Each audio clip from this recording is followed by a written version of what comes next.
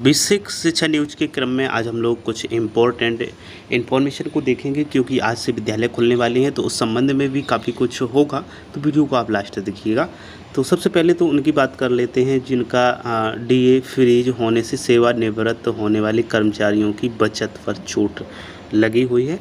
तो यदि हम इसके बारे में बात करें, डिस्कशन यदि किया जाए, तो डीए फ्रीज होने से छूट रिटायर होने वाले कर्मचारियों के फंड पर भी लगी, क्योंकि जो कर्मचारी रिटायर हो गए हैं उनको अब तो मिलना नहीं है, तो इसलिए उन पर काफ़ी कुछ आघात पहुंचा है। जनवरी 2020 से जुलाई 21 के बीच रिटायर होने वाले सैकड़ों कर्मचारियों को 2 से 3 लाख रुपए कम फंड मिला।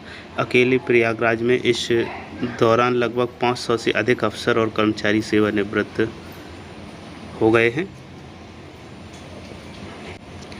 जिन्हें यह नुकसान उठाना पड़ा है। अफसरों कर्मचारियों को रिटायरमेंट पर 16 महीने से अधिक वेतन के बाद बराबर ग्रेच्युटी और 10 महीने के अर्जित अवकाश का लाभ जो दिया जाता है उनका भुगतान किया जाता है।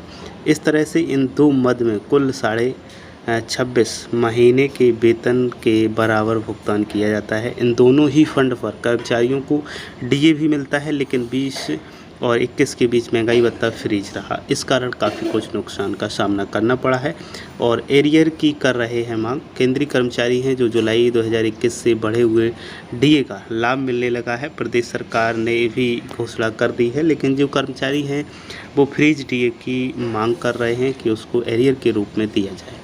आगे दूसरी जो महत्वपूर्ण आज की खबर है उसको देखें तो ये है कि शिक्षा महकमे में डॉक्टर सर्वेंद्र विक्रम बहादुर जो हैं उनको सेवा विस्तार किया गया है और संजय को सेवानिवृत्ति दे दी गई है।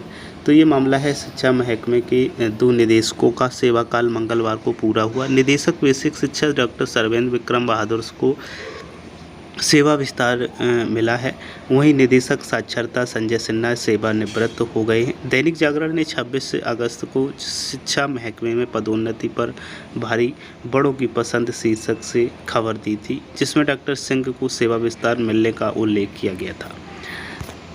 अब बात करते हैं आगे। जो आज की इन्फॉर्मेशन है वो रसोइयों को देना होगा कोरोना मुक्त का प्रमाण पत्र। कक्षा 1 से 5 तक के सभी स्कूल आज से खुल रहे हैं, सभी विद्यालय आज से खुल जाएंगे। तो इस कारण से जो रसोइये हैं प्रत्येक विद्यालय में चयनित होते हैं उनको कोरोना मुक्त का प्रमाण पत्र देना होगा कि उनको कोरोना नहीं है। प्रसिद्ध स्कूलों में मिड डे मील बनाने वाले रसोइयों को अपने परिवार व अपने सदस्यों के कोरोना मुक्त होने का प्रमाण पत्र देना होगा। यदि पूर्व में परिवार के सदस्य कोरोना की जद में आए हैं तो उसकी भी जानकारी देनी होगी। बेसिक शिक्षा अधिकारी प्रवीण कुमार तिवारी ने बताया कि सभी शिक्षकों और कर्मचारियों का टीकाकरण अनिवार्य है। जल्द से जल्द टीका लगवा कर सर्टिफिकेट सभी को लोग जमा करें। सहूलियत के लिए शासन ने जो शिक्षकों व कर्मचारियों का पोर्टल पर पंजीकरण करने से छूट दे रखी है, तो इस कारण से इन सभी को अपने समय से कोविड का टीका लगवाना चाहिए। तो उसी के बारे में, उसी के संबंध में ये इन्फॉर्मेशन है। आगे यदि बात करें तो जो एक इम्पॉर्टेंट इन्फॉर्मेशन न्यूज है वो है अक्टूबर के अंत तक आएगी बच्चों के लिए कोवैक्सीन, मिलेगी राहत। तो ये बहुत ही अच्छी खबर है कि बच्चों के लिए भी कोरोना वैक्सीन आ जाएगी, तो जिससे कि बच्चों को राहत मिलेगी और विद्यालयों को भी संचालन में कोई समस्या नहीं होगी। ये नई दिल्ली से न्यूज है। उत्तर प्रदेश, बिहार सहित कई राज्यों के बाद अब दिल्ली में भी बुधवार से स्कूल खुल रहे हैं। इससे माता पिता व अभिभावक थोड़े चिंतित भी हैं। बच्चों के टीकाकरण का भी लोगों को इंतज़ार है। उम्मीद है कि इस माह बच्चों को भी वैक्सीन के ट्रायल की प्राथमिक रिपोर्ट का आ जाएगी। अक्टूबर के अंत तक यह टीका बच्चों के लिए भी उपलब्ध होगा। शुरुआती दौर में पुरानी बीमारियों से पीड़ित बच्चों को टीका लग सकता है। डॉक्टर कहते हैं कि सभी बच्चों को टीका लगाने की अभी ज़रूरत नहीं है। एम्स सहित देश के 6 अस्पताल में 2 से 18 वर्ष की उम्र के 375 बच्चों को कोवैक्सीन की दोनों डोज टीका देने के बाद उसके प्रभाव का आकलन किया जा रहा है। एम्स के प्रोफेसर और डॉक्टर संजय राय के नेतृत्व में यह ट्रायल चल रहा है। बच्चों पर कोवैक्सीन के ट्रायल की रिपोर्ट इसी माह आने की उम्मीद है। डॉक्टर के मुताबिक अभी भी सभी बच्चों के टीके की ज़रूरत नहीं है। नेक्स्ट न्यूज़ देखें तो आज खोलेंगे प्राइमरी स्कूल। तो आज से जो प्राइमरी स्कूल यानी कक्षा 1 से 5 तक के विद्यालय भी ओपन हो जाएंगे, खुल जाएंगे, बच्चे आना शुरू हो जाएंगे।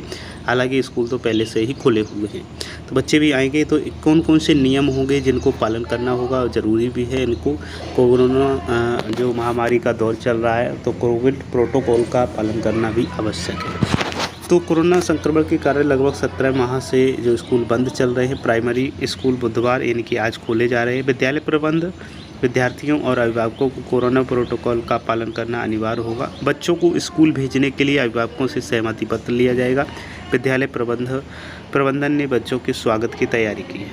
आरती के साथ उनका मुंह मीठा कराया जाएगा। कई निजी स्कूलों ने चॉकलेट देने का भी निर्णय लिया है। तो ये तो अपनी अपनी व्यवस्थाएँ हैं, कौन क्या देता है। आगे यदि देखें जो कोरोना वैक्सीन है, तो इस प्रकार से इनका टेम्परेचर भी चेक किया जाना आवश्यक है, जैसे कि निर्देश मिले हैं। उन्होंने गुरुवार को जिलाधिकारी बीएसए को ज्ञापन देने की बात कही है। उनका कहना है कि निजी स्कूलों के दबाव में स्कूल खोले जा रहे हैं, तो जो गार्जियन हैं तो तीसरी लहर की संभावना जता रहे हैं। जो कुछ विशेषज्ञ हैं, अभिभावक बच्चों के जीवन को संकट में नहीं डाल सकते हैं। तो इसी हिसाब से एक याचिका भी दायर की गई है सुप्रीम कोर्ट में। तो स्कूल प्रबंधन और सरकार को बच्चों की सुरक्षा की जिम्मेदारी लेनी चाहिए। अभिभावकों की सुविधा के अनुसार और शासन के निर्देश के अनुरूप कोरोना प्रोटोकॉल का विद्यालय खोला जाएगा और बच्चों को सुबह 8:30 बजे से हर आधे घंटे के अंतराल में बुलाया जाएगा। सरजीत सिंह, ये छोटे बच्चों की कक्षाएं 9 बजे से शुरू की जाएंगी। तो ये अलग अलग विद्यालय हैं जिनके जो स्कूल के हेड हैं, एमडी हैं या मैनेजर हैं या प्रिंसिपल हैं, तो इनके वो वक्तव्य हैं किस प्रकार से विद्यालय को चलाना है। तो उनकी सभी की प्रक्रिया है। अब जो नियमों का पालन करना है उनको हम लोग देख लेते हैं। तो यहाँ पर उन्हीं छात्रों को प्रवेश दिया जाएगा जिनके अभिभावक सहमति पत्र देंगे। बच्चों को मास्क लगाना अनिवार्य होगा। सैनिटाइज़र लेकर आना होगा। जिन स्कूलों में विद्यार्थियों की संख्या ज़्यादा है उन स्कूलों का संचालन 2 शिफ्ट में किया जाएगा। पहली शिफ्ट में 8 से 11 और दूसरी शिफ्ट में 11:30 से लेकर के 2:30 बजे तक विद्यालय चलेंगे। कक्षा 1 में 20 से अधिक, एक कक्षा में 20 से ज़्यादा विद्यार्थी नहीं बैठाए जाएंगे। विद्यार्थी लंच बांटकर नहीं खाएंगे। जो विद्यार्थी विद्यालय नहीं आना चाहते हैं उन्हें ऑनलाइन पढ़ाई की स्वतंत्रता होगी। तो ये साफ इस प्रकार से जो आदेशित किया गया है। तो उम्मीद करता हूँ ये जो इन्फॉर्मेशन है आपको उपयोगी लगी होगी। इसमें रसोइयों को देना होगा टीकाकरण प्रमाण पत्र। हालांकि इस न्यूज़ में भी हमने सम्मिलित किया है इस न्यूज़ को, और साथ ही साथ ये जागरण संवाददाता यानी कि जागरण न्यूज़ भी है। और इसमें भोजन बनाते समय किन चीज़ों का ध्यान रखना है, जैसे बर्तनों और खाद्यान्न का इस्तेमाल करने से पूर्व अच्छी तरह से साफ धुल दिया जाए। बच्चों को पंक्तिबद्ध रूप से निर्धारित दूरी का अंतराल रखते हुए उनके हाथों को साबुन से धुलवाया जाए। बच्चे के जो हाथ हैं वो किसी कपड़े से पोंछने के बजाय हवा में सुखाने के लिए प्रेरित किया जाए। और भोजन के पूर्व एवं पश्चात धुलने के समय 6 फीट की दूरी को अनिवार्य बनाया जाए। तो ये इस प्रकार से जो व्यवस्थाएं हैं वो उन्हें करनी है। तो देखते हैं अब आगे क्या होगा। और अगली इन्फॉर्मेशन इनकी नेक्स्ट के लिए आप नेक्स्ट डे के लिए वेट करिए।